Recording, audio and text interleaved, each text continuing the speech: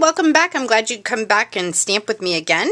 And today I'm going to show you just a very fun fall card that you could make for even Thanksgiving. So let me get right to it.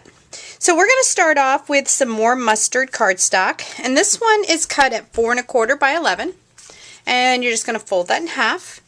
And then I used my Coordinations cardstock, the Early Espresso, with the wood grain embossing folder, and that was cut at 4 1/4 by 4 inches by 5 1/4.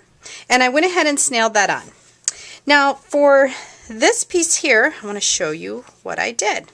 And of course I always forget the names of the DSPs when I'm doing this, but you can see it as I'm scrolling it on the video here. Before we do that though, we're going to put a piece of indigo and crumb cake cardstock together. I went ahead and scalloped this, but one of the things I like to do is I don't like half a hump on my cards. No half humping. So we're going to cut that off. There we go.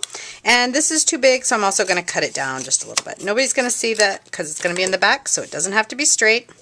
And we're just going to put a little snail on it and put this right over that as perfect as we can and as straight as we can.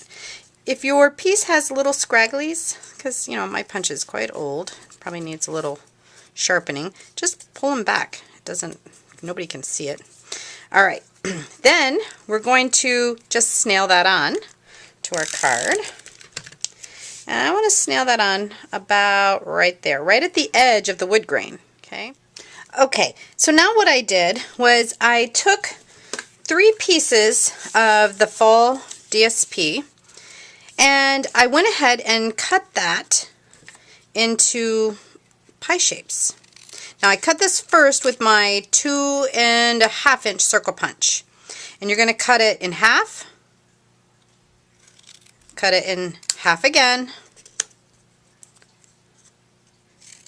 and half again.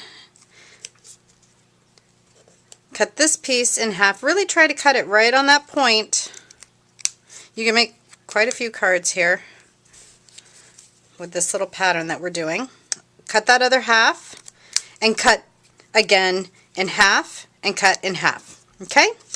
Now we have all these different little pie shapes, and we're going to just take the pieces and snail them on in a circular fashion. And you're going to make them every other one, and you want them as close together as you can so it fits perfect. I love this DSP. It's just pretty. And keep going around until you have your full circle. I like this because it shows all the different patterns that we have. Well, 6 of them anyways.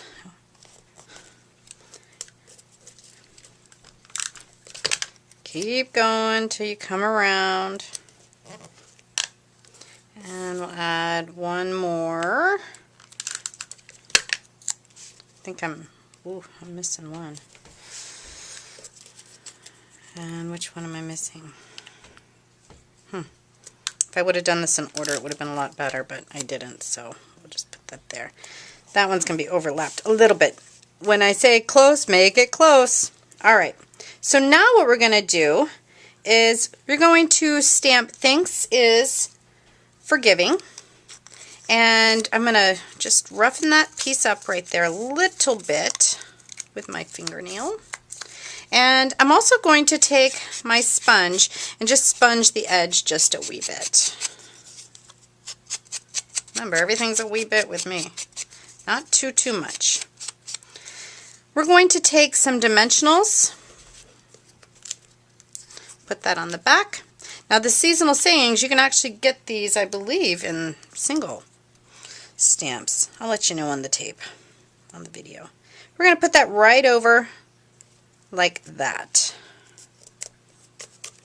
And then I took a piece of the seam binding and I ripped it just a little bit with my scissors. I just cut a little bit, and then I ripped it in half and I threaded it through my bronze brushed button.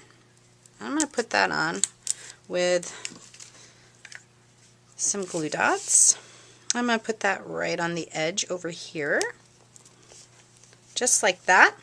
And the last thing we're going to do is we're going to take our airbrush tool and the indigo marker, and we're just going to give it a little splash of color right on top, and your card is done. So, thanks for coming. I'll see you again.